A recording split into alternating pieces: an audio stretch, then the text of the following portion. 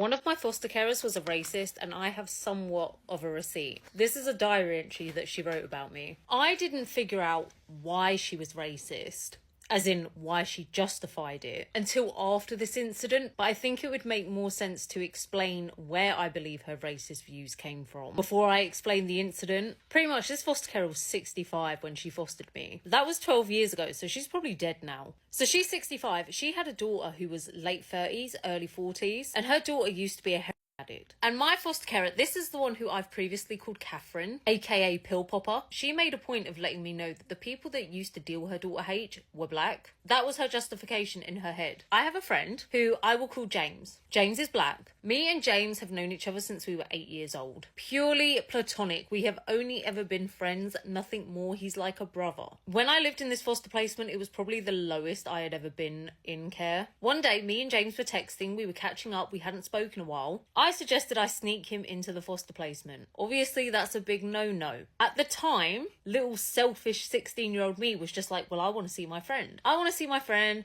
I want him to stay over. I want us to have a fun night drinking. So I'm going to sneak him into my bedroom. Obviously, in hindsight, it's not a good thing. I would understand why any foster carer would be annoyed about that. 16-year-old me didn't care. So I snuck James in. Me and my foster carer, we were living in a bungalow and her bedroom was on the complete opposite side of mine. So me and James had to be quiet, but I wasn't that worried about being caught. He stayed over. Again, I promise, purely platonic. Catherine never went into my bedroom while I was in there, but that morning she decided to. And of course, me and James were asleep on the bed. He was on top of the covers, and obviously she went crazy. She started shouting like, get him out, I don't want him in this house, He climbed out the window and went. I honestly just thought, okay, well, she's mad because I've snuck someone in. Fine. This is when I realised it was a race issue. And I'm going to read this out in a second. About a month or two later, I started seeing somebody. I'll call him Michael. Michael was white. I tried to sneak Michael into the house. She caught him. As he was halfway in my window, she caught him. Because she had heard a noise outside the house, so she had gone outside the front door. And my bedroom, where the window was, you had a side gate. If you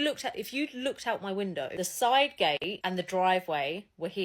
And the garden was here. So how I'd sneak people in is they would walk down the side gate. If they kept walking, they'd get into the garden or they can come into my bedroom. Catherine, the foster carer, had heard noise outside, so she came out to investigate and just saw Michael's legs poking out my window. I was in my bedroom and all I heard was, you need to leave, I'm sorry. She went up to Michael as he's sneaking in and was like, I'm sorry, but like, you can't sneak in. So he was like, oh, okay, and like stumbled off because he was really drunk. She came back in the house. I met her in the front room because I was like, I'm going to get shouted at. Like, I might as well take it. She was like, I'm sorry, you just can't have guys over without me knowing. He can come for dinner tomorrow, though, if he wants.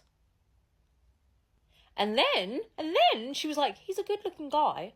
So automatically my mind has gone, okay, so when you catch me sneaking someone who's black in the house, you have a problem. When it's someone who's white, you're telling me how good looking they are and that they can come for dinner. And then I start to wonder, am I just being paranoid? Like, am I just seeing an issue where there isn't one? Am I seeing racism where there isn't racism? That's what I thought. Maybe that's what was happening until I found this. Let me read this out. This is a diary entry that she wrote when I snuck my friend James in, the first guy. Friday, the 27th of May, 2011. At 8:20 a.m, I went into Elle's room to collect cups and plates. She had a black young man in bed with her. She had crept him in through her bedroom window. I told him to leave, which he did not respond to.